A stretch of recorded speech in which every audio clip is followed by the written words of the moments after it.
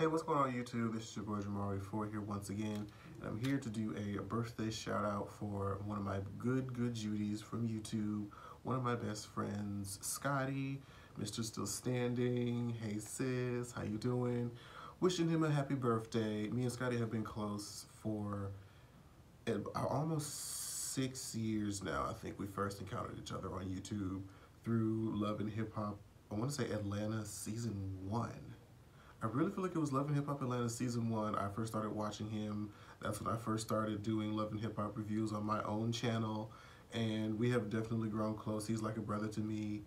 And hopefully he comes back. I knew we were supposed to do like an event in Houston a couple of years back. We were supposed to do like a meet and greet. But you know, things got in the way.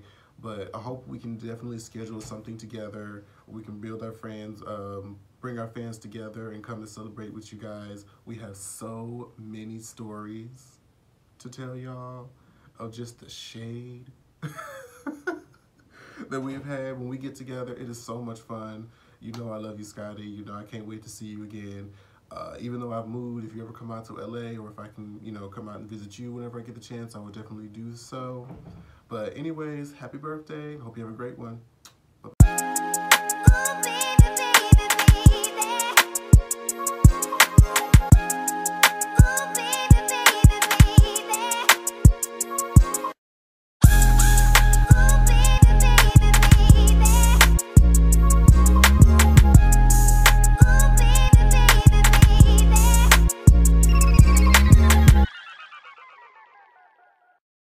What's going on, y'all? This be your boy Scotty and you're watching another review of Love and Hip Hop Miami. What's going on, you guys? So let's just go ahead and get into the review. I'm so stoked. As you guys already know, I celebrated my birthday this weekend. I had me a little bit of a turn up at this bar and grill in Jackson called Vibe. I had all my friends, one of my cousins. They were all there. It was packed, and I had me a great grand old time. Then I went to New Orleans on Saturday, and I turned up there. And then I got home Sunday, which was yesterday, and my family cooked me up a meal, and it was great. All my cousins and my aunts came over and they cooked with my mom and all of this stuff. Cooked my favorite food. So yeah, and tomorrow I'm going. Tomorrow this video's coming out Tuesday. So basically today I'm going out to this place called Ichiban with my other family on my dad's side, and we're gonna eat dinner tomorrow. So yeah. So happy birthday to myself. Can I believe that I'm actually turning 30, y'all? I remember when I first got on YouTube, I was 21 years old. And God, y'all have watched me grow. Y'all have watched me grow. It's so scary looking at old videos of myself and seeing how high-pitched my voice was, to the bushy eyebrows, couldn't dress, none of that shit. You know what I'm saying? Y'all done gave me so much of a hard time about wearing tanks on my damn videos. I just started saying, fuck it. I'm just gonna get dressed every time I do a video, because I do not need nobody thinking my damn tanks are dingy, honey, okay? Let me go on, get dressed and do a video, but I wasn't doing it today. Hell, I'm tired, but you know. But happy 30th to me. Aquarius gang, whoop whoop. So let's go ahead. So, JoJo in the mirror, they start off talking about the situation that happened between JoJo and Shay. And JoJo feels some type of way about Pleasure P choosing Shay over her. And she just goes into talking about her man troubles and how it mostly stemmed from her dad. And you know, a lot of us with man issues, we've all had daddy issues. And that's where the man issues stem from. And you know, I'm not really the biggest fan of Tweety Bird with the big breasts this season. But I understand she has a valid point. But you know, she says that she don't want to be with Pleasure. They're not in a relationship at this point. And to my knowledge, I just feel like he was never in a relationship with you, bitch. You was just in a relationship with his motherfucking ass. That type of shit I saw. But that's neither here nor there. And then Amara was talking about Gunplay and how he's having a listening party and how they're going to go because of the simple fact that, you know, Kiara was going around telling people that she wanted to fuck Gunplay. She was all up in the inbox and it wasn't nothing like what she thought it was. So we going to pull up to this motherfucking shit and we're going to address it. You know, JoJo was like, well, you know I'm always down for you, girl. So I'm going to be right there with you.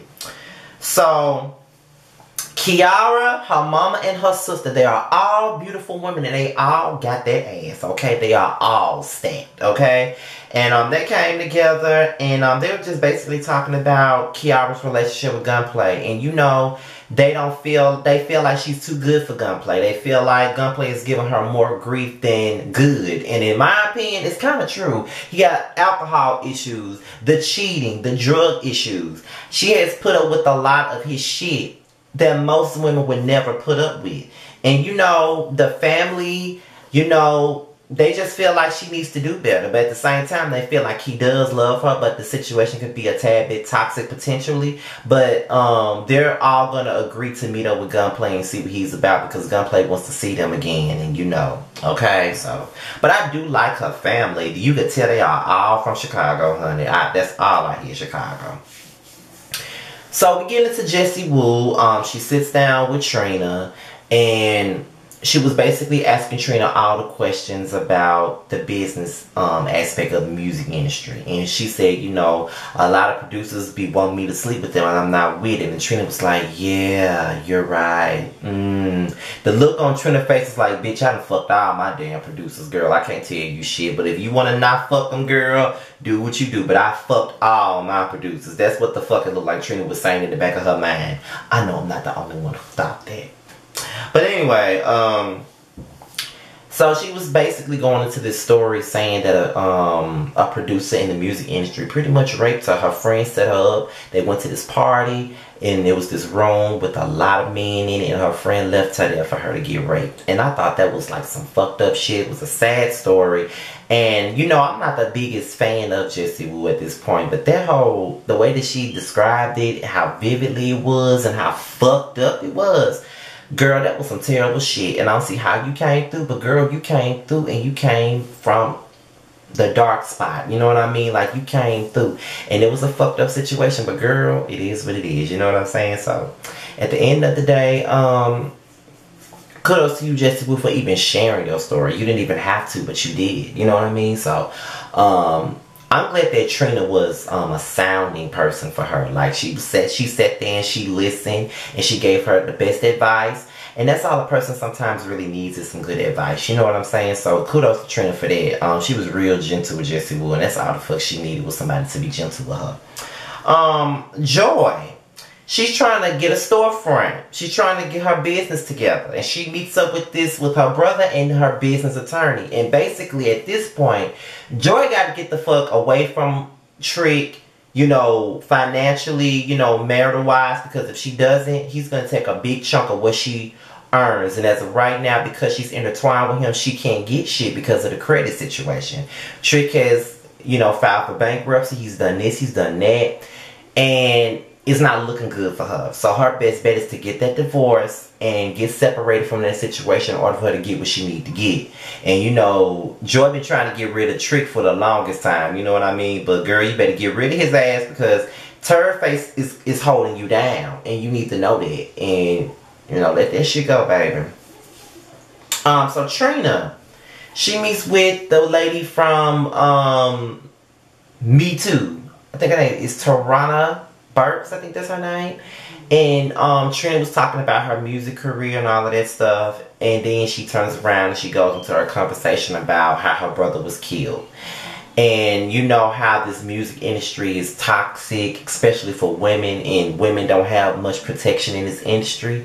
And you know, you hear the fucked up stories. You know, Lyrica Anderson from Love and Hip Hop Hollywood was saying that a lot of producers didn't want to work for her just because she didn't want to open up her legs and fuck with them. You know what I mean? Like, these producers and these men in this industry do look at women as sex objects, sex slaves. I mean, look at R. Kelly. You know what I mean? Like, that was the basis of his whole documentary. You know what I mean? And then she went on to talking about her brother and how he got killed and how she's never really dealt with it and how she's still in that place. And you know what? I've been ragging on Trina all season, and this is the one time I feel bad for her. You know what I mean? Like, I've never lost a sibling that, you know, or nothing like that. So I can only imagine if something like that happened to one of my siblings, I would probably not ever get over that. So yeah, this episode is turning out to be good so far. You know what I mean? So it's a lot of seriousness going on with the drama. So It's time for Gunplay's listening party. And Joy and Trina is in the mix, and there's Trick. Joy want her money. Joy want Trick to give her the motherfucking money so she can let him go and do bigger things with her life. And Trina, you know, she's still mad at Trick for abandoning the TNT project and all of that shit. But Trick ain't trying to hear this shit. Trick walking away. He don't want to talk to Joy. He don't want to talk to Trina. He just trying to get his ass the fuck up out of there. And I can't say that I blame his ass. And Trick is just like one of those old ass uncles who still trying to be down and they funny as fuck. Child, whatever. So, you know, Chinese Kitty and Chinese Kitty and Kiara, they're there together. And next thing you know, Amara pulls up. When Amira and JoJo pulls up and Amira said, hey, how you doing? Kiara said, fuck you. I was like, yes, Kiara, keep that same energy when you see that bitch. If I see you on speak, that means I don't fuck with you. And from the jump, it did come across like Amara was coming up there to be messy. But I will say that the conversation went a little bit differently than what it was supposed to. JoJo went on her side. Chinese Kitty went on her side. And they talked about it like grown women. You know, Kiara sat there and she let Amara say her piece, say what she got to say and all of that stuff. And it turned out to be a big misunderstanding. So, it didn't go left, so I can applaud them on that. They handled it like two grown-ass women as they were supposed to. So, we get into Joy. She having a sexy car wash. Pleasure P comes through. You know, all of that. But Trick come in and he just breaks Joy down. Okay? Like, he seriously breaks her down. Like, he only give her ass $40. And when he gave her that $40, I was like, $40? $40? I'm like, the fuck was you thinking, nigga? Like, you only gonna give her $40? Are you serious? Like, give her the motherfucking money for the divorce. You know, she don't want to be with you. You don't really want to be with her. Neither one of y'all ain't happy with each other, so give her what the fuck she asking for. But Trina came through, I think she gave her a check for the divorce and everything. And, you know, Joy cried and all that, and Jessie Woo was there for her. You know, it just really just showed her who was really down for the count when it came down to Joy. You know what I mean? And, you know, y'all know I love me some Joy. Y'all know I love that chocolate thing. So, you know, I just hope that she really does get out of this divorce with Trick. Gunplay, you know, he meets with Kiara's family, you know what I mean? And they ain't having it. Like, they ain't having it. That bitch told, well, not that bitch, but Kiara's sister said when it came down to it, I told Kiara, I did not want to see you no more. You know what I'm saying? Like, I went down for you. But it just seemed like, to me, like they're just very protective of Kiara. And I do think that they got a soft spot for Gunplay. They just want to see better things coming from him. You know what I mean? Now, the thing that really got me tonight, was when Trina, Jessie Woo, and Chinese Kitty, they all went to the Me Too thing. And Chinese Kitty shared her story of rape and how this dude just threw her out of the car after he raped her and all kinds of stuff. Like, it was real. She blamed herself for it. All of that. I feel so bad for her. And, you know, I've said a lot of mean things about Chinese Kitty because of the way she looks and everything like that, which is very hypocritical of me because sometimes I take the things that people say about me personally because of my own insecurities about my mouth and all of that stuff. I'm quick to go the fuck off on people. Like, I kind of went off on a subscriber one time because I felt like she was taking shots, but in hindsight, it was kind of like, you know, because she said something about all I can look at is your top teeth and how's this and that, and I just took it as an insult. But she said she was complimenting me, but I didn't see it as a compliment just because of my own insecurities. But that's something else. But she told her rape story, and I just felt bad for her. Like, it was horrific, and it just made me think about my mom and how my mom was raped in college and how a man tried to sexually assault my mom in front of me when I was 4 years old. I think I'm gonna tell that story. I think I'm going to film another video and tell that story. What y'all want? Y'all want me to do that? Put it below. But I'm glad that they're bringing awareness to sexual assault and all of that stuff. It needs to be addressed. You know what I mean? Like, too many women are silenced because of things like this. You know what I mean? So, kudos to Jessie Woo. Kudos to the Chinese Kitty. And kudos to Trina for telling their stories. I'm going to close this video out with that. Be sure to like, rate, comment, and subscribe. Be sure to donate to Jamar's GoFundMe. And yeah, happy birthday to me, y'all. I'm out here, y'all. Peace.